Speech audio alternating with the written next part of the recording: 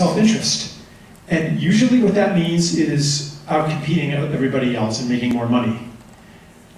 That's what that mindset brings us to, which is counterproductive when it comes to healing the damage that has been done to the planet.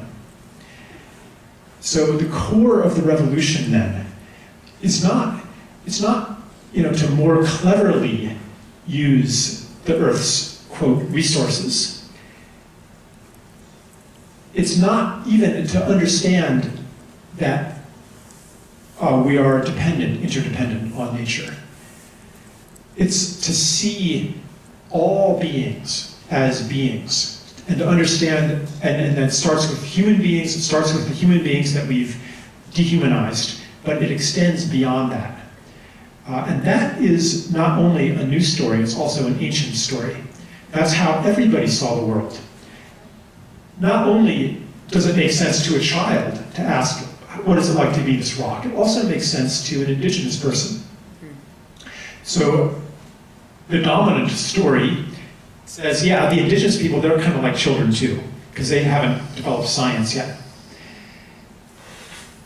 And I became very suspicious of this. It's kind of like, you could call it ontological imperialism, which says, not only do we know how to live better than you, and therefore you should develop and become like us, but we also understand the nature of reality better than you. We know how to acquire knowledge better than you do. Our system of knowledge is better than yours. Our understanding of reality is superior to yours, and you should become like us. I became suspicious because of this close parallelism. That was pretty believable, though, maybe 50 years ago, when our civilization was on the rise, and it was one triumph after another, conquering one disease after another. The visions of the future we had in the 60s and 70s, the space colonies, the robot servants, the infinite lifespans, and all that kind of stuff. And we were going to pave over the Earth. We were going to conquer the insects and have artificial pollination and synthetic food and everything. And there was nothing that science couldn't solve. That certainty is crumbling now. We can no longer go to some other culture and say, yeah, we were doing things better than you guys because look how successful we are. Now the crises that are invading our lives are undeniable, and they're bringing us to humility, slowly but surely. They're bringing us to humility. Our stories are breaking down, and everything built on the stories is breaking down. All of our institutions are built on these stories. They're embedded in these stories. So, for example, the story of well-being comes through controlling the other. Well, that's written into our criminal justice system. It's also into our written into our medical system. It's a war of body against invader, against pathogen. It's a system of controlling hormone levels, cutting out body parts, that kind of thing. It's in our educational system. It's certainly in our political system, in U.S. foreign policy, which is about walling off, destroying, and otherwise controlling the terrorists or whoever else is out there, whatever other enemy that we can identify. And it even infiltrates religion and spirituality too, where first you identify a bad guy and then you conquer the bad guy, which is actually a recipe for despair. Like I said before, the bad guys, the military, industrial, et cetera, complex, they have a lot more power, a lot more force at their disposal than we do. So, as everyone knows, the new story, the new and ancient story, gives different answers to that question, who are you? No longer a separate self in a universe of other, but an interconnected, interexistent, interbeing. So that for the separate self, what happens to you doesn't have to affect me. if you suffer some misfortune, then, well, too bad for you. If this rainforest suffers some destruction, well, I can, source my products from somewhere else. If some country is devastated by war, then that needn't affect us, because we can, build a wall around that country. We can keep them out. And if they try to do anything, we can bomb them. Because we're separate.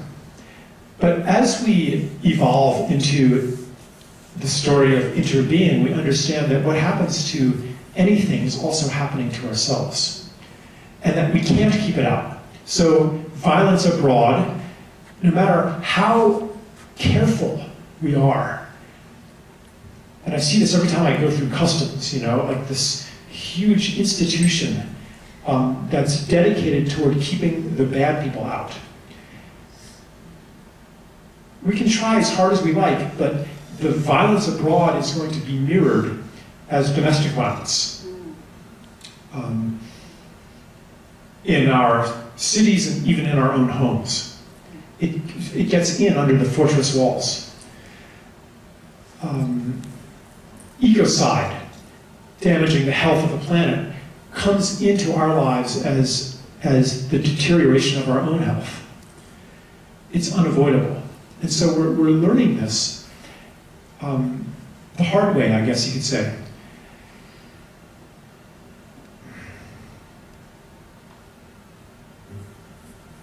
I'm starting to get the feeling I'm lecturing here and being preachy. So I'm just going to pause for a second.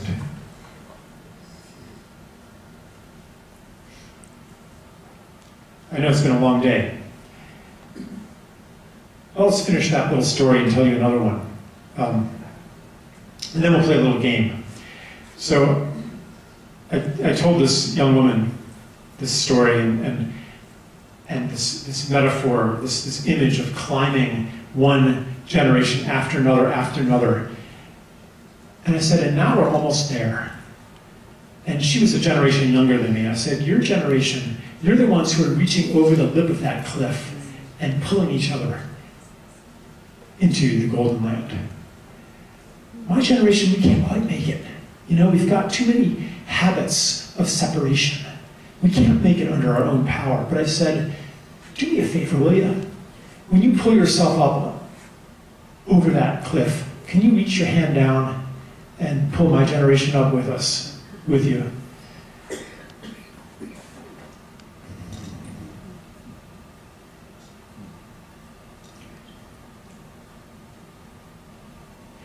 You can look at all 12 areas of the wheel of co-creation as expressions of this new and ancient story of interbeing. Almost anything that is holistic or alternative or radical in some way taps into this new and ancient mythology.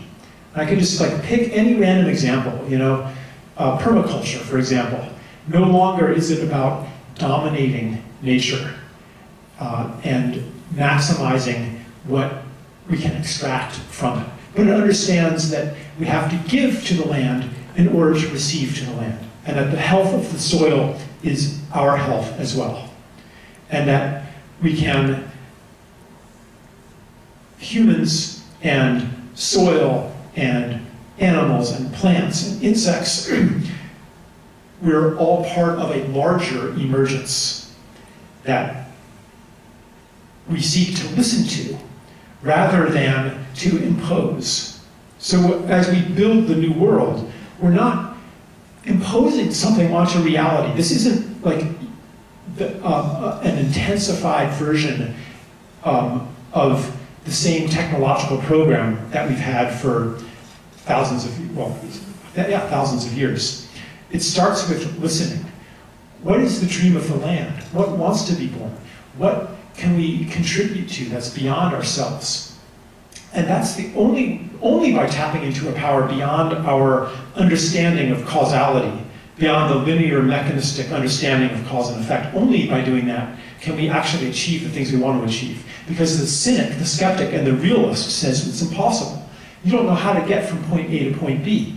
And according to everything that we've been told about how change happens and how the world works, it is impossible.